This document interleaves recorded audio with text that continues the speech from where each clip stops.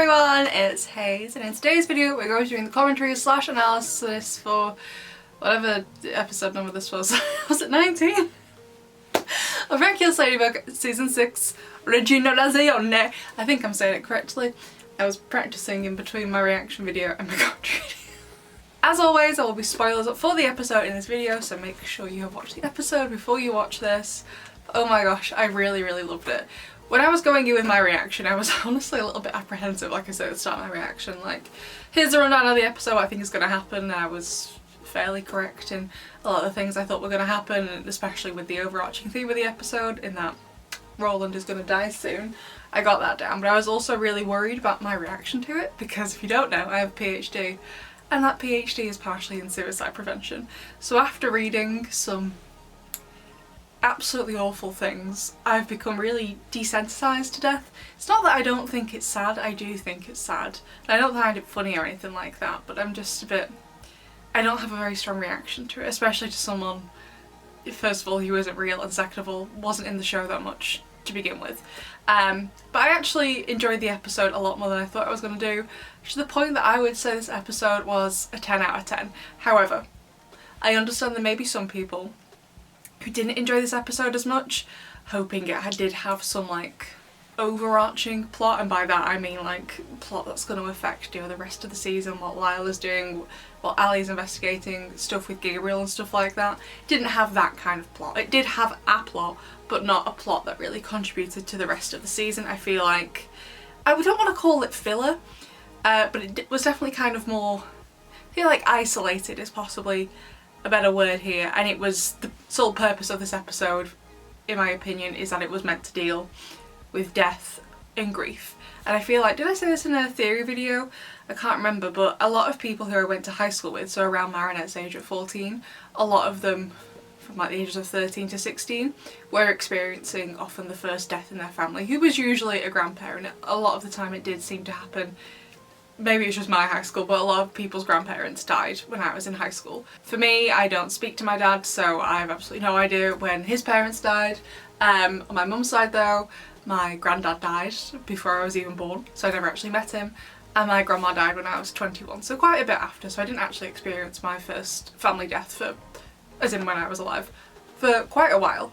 So it's obviously a tricky thing to navigate, but I think they did it really well. I really liked the balance, how the non-Akuma parts are quite sad, but the ending is kind of definitely bittersweet. It's a happier note than the start of the episode before the Akuma, but it kind of does end a bit happier by the end of it, and I thought the Akuma was actually really entertaining. I think it really managed to offset how depressing the episode could have been. Because like an episode like Derision, forgetting for a moment the terrible plot holes that episode opens up, that episode really drags because the tone is all the same the way through. Same problem with the London special, the tone is really depressing all the way through, and it feels like it takes about 3 hours to watch it. I know it's not 3 hours, but because the tone doesn't change really, it feels like it takes forever. So I really enjoyed, first of all, how the story was told and the balance between emotions, and even though it was funny at points, like with the Akuma, I didn't feel like it was being flippant with such an important message. So I think they did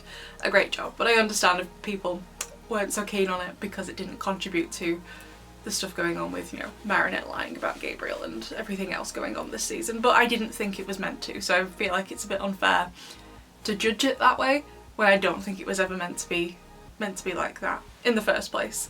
But anyway, first of all, going through the episode, it set the tone right away with Gina, and then she gets to Roland and she's like, "You called me to change the channel?" He's like, "Well, yeah, but also to be like, it's time to go." And I really love the metaphor where she's like, okay, we're still gonna have our birthday party here, our joint birthday party, which I was concerned about when in my reaction. I was like, he's not 150. So I know a lot of people were leaving comments on my theory video for this episode saying like, oh, Master Fu was like 180.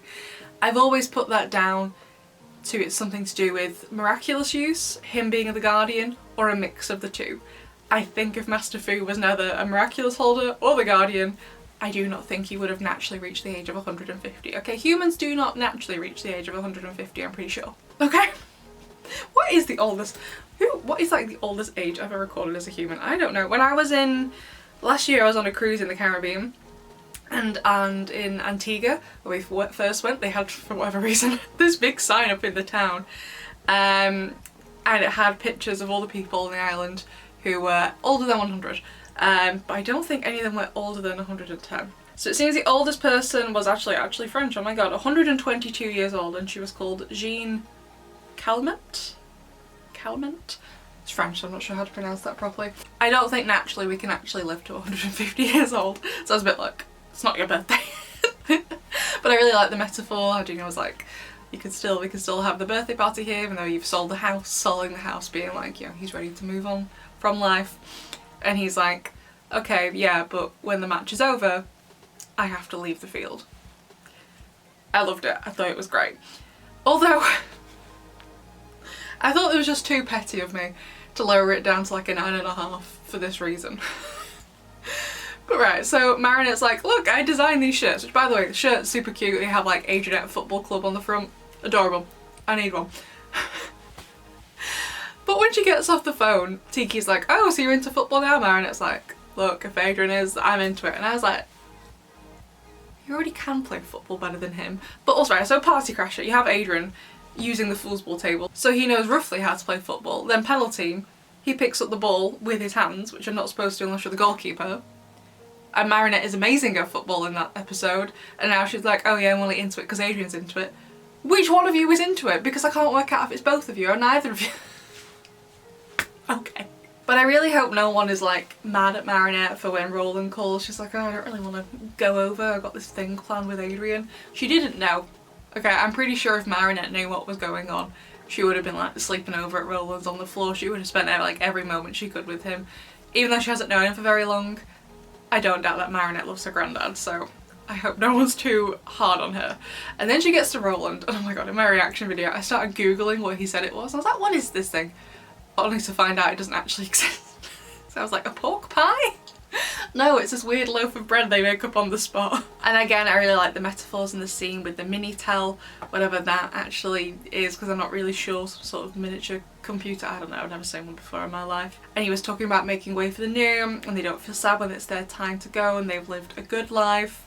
Thought it was great. And then he tells Marinette finally when she's about to leave, like, no, I have to go. And then Marinette starts talking about the house, like, I haven't had enough time to enjoy this house. As in, I haven't had enough time to enjoy my life with you in it because I haven't known you for very long. And it was just so sweet but also upsetting at the same time. Honestly, like I said, I wasn't sure what reaction I'd have to this episode. I wouldn't say I'm upset or particularly sad, but I did think it was very emotional and also very sweet and heartfelt at the same time, so I really enjoyed it.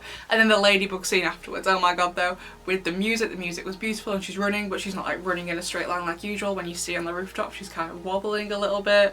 Yeah, it's a good job Lila wasn't out today to de-transform right out in the open. And then I really, really enjoyed the Adrienne scene, how she's not angry at him, but like she's angry / upset about what's going on, about how unfair it is.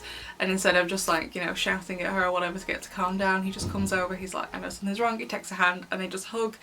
And I love the way Adrien talked about grief and memories. I feel like, again, people might be disappointed he didn't bring up Gabriel here, but I just don't feel, with obviously how Marinette feels about Gabriel, I just don't feel like it was the right, you know, time and place for it. So then we get to the party, and I absolutely loved the party. I know it wasn't a very long scene, but I thought it was great. We have Gina with all her memories. So she's seen Sabine with baby Marinette, she was adorable. And then also herself and Roland with baby Tom. And then when Marinette and Adrien start dancing, which was adorable in itself. She saw her and Roland dancing when they were younger, and then the cake, I think it was for their 40th birthday. I loved it, that scene, it was so lovely. And then of course we have the Akuma, and I found this bit funny. So I understand she needs an object for the Akuma that would transform into the sweets that would turn people young or old. But before she sat down to start crying, she was just like, let me just grab my emotional support box of cookies. It shouldn't be funny, but it is. So she gets turned into Riginarazione, which she absolutely shouts, and she also gets a happy birthday from Chrissy Pop, which was nice of her, you know, not every day that happens. She immediately turns Roland into... I don't like that hair. And then Tom, oh my god, absolutely adorable. And then also when they go travelling, XY into Bob, which makes sense, you know, it's his dad, so I suppose he's destined to grow up and unfortunately look like that. And all the Ladybug was so heckin' cute. I don't understand people who say that they don't like the hairstyle. It looks so good on him, what are you on about? And I also loved how the power could be used on objects. I'm pretty sure last time in Befana, maybe I'm just misremembering, it has been a while since I've seen Befana, I'm pretty sure Gina's power couldn't be used on objects, but I really loved how she could like disintegrate bridges and make them older or newer, in that they didn't exist, so they started to crumble, or they aged them so they gave way because they'd like eroded or whatever. And then of course she hits Cat Noir. He is absolutely adorable. I would give anything to have him in my life. So cute. And then he goes immediately meow and then does a little cataclysm. I wasn't sure in my theory video if he was going to do one, like he's a baby, would he have the higher brain power to remember that's what he can do. Obviously baby Cat Noir is very intelligent and he's did it and it was so cute. And then immediately when Ladybug picks him up, he's like, let me go for the earrings. However, I got a lot of comments, people being really annoyed about like, oh, he's getting sidelined again because of turning him into a baby. Honestly, I still think he was very helpful for being a baby. I thought it was great spotting the biscuits. I know Ladybug, you know, put the dots together and was like, oh, Roland's been dropping them. But I still think he was great, and he was still ultimately used to help solve the Akuma. So Ladybug gets the, I don't actually know what they're called, baby carrier? I don't know, when she straps him to her. Although I was a bit worried at first he was gonna cataclysm her. That would have been fun. And it seemed that Gina could, she said like, when she said to that guy, the dad from the illustrator, Maya's dad? I can't remember his name. If you don't do something, you'll age by another 5 years. So I would assume she hit Cat Noir more than once. So she hit Roland more than once. It seemed she definitely hit Tom more than once. So I thought she'd hit Sabine as well at first, which would have been fun. Just 2 babies in the crib in Roland's room. And then Adrien was like, yeah, sorry, I have to go. I need to go and have your daughter. Bye! So I loved that Ladybug got older and older, and that by the end of it, she couldn't even stand up straight. And she just, it was just a lucky charm, but usually Marinette, depending on what it is, throws it up pretty high. She was just like, I can only just like do it just above my head, we're not doing this. And then Gina calls her Granny Bug. Absolutely amazing. I thought it was so funny. And then obviously it ends with, she hands baby Cat Noir to Gina, and when she does the lucky charm, she's holding a full grown Cat Noir. I thought it was great, and I loved honestly how funny the Akuma sequence was, because it really offset from all the emotions beforehand and also afterwards. So obviously the whole sequence ends, Cat Noir leaves, Gina and Roland start walking off, and Ladybug hides and she says goodbye to her granddad. And I really loved the ending, how it shows that Roland's house has all been moved out. It's empty of all of his belongings and all his furniture, and then we see Gina in Brazil, the new item in the bakery, Marinette with the yeast on her desk, and the picture of her grandparents on her monitor. And then we end with Adrien in his room listening to the music that he and Marinette danced with the last time they were all with Roland, and then it stops to signify that he's died.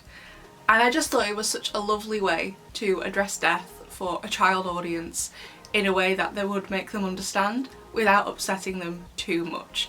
I don't know if anyone has been upset by this episode. I'm so sorry if you were upset, but I hope you've managed to find a little bit of comfort in it, because I do think that the ending was a little bit bittersweet, so I feel like there was kind of hope in it. And if you still need a little bit something, as always, there is always mental health resources linked in the description box. But I would recommend the book to you, The Midnight Library by Matt Haig. It's all about death and wondering, you know, are we doing the right things with our lives, which was kind of touched on in this episode, where Gina's like, we didn't dance enough to this, we didn't eat enough of this, you didn't wear enough clothing of this kind. And Roland was like, I made all those choices though. I wanted to be a baker, so I had to go to bed early so I could be up early to make bread. I made all those choices for my life. I don't want to wear loads and loads of different clothes. I'm fine with just wearing, you know, the same thing every day and just repairing it when it breaks or whatever. So I would really recommend to you The Midnight Library by Matt Haig. It's a really, really good read. So overall for me, the episode is 10 out of 10. Like I said, I thought it was a great way to discuss death and grief with a child audience, but I also understand if some people weren't so much a fan of it due to how it doesn't contribute to like the overarching plot with Gabriel and Marinette's lies and stuff, but it seemed the episode wasn't meant for that. So personally, I really didn't mind. And I just thought, so it was great. I had a great pace, great flow, great message, great metaphors, really funny Akuma to help offset from all the other emotions, and the way the emotions were done was so great.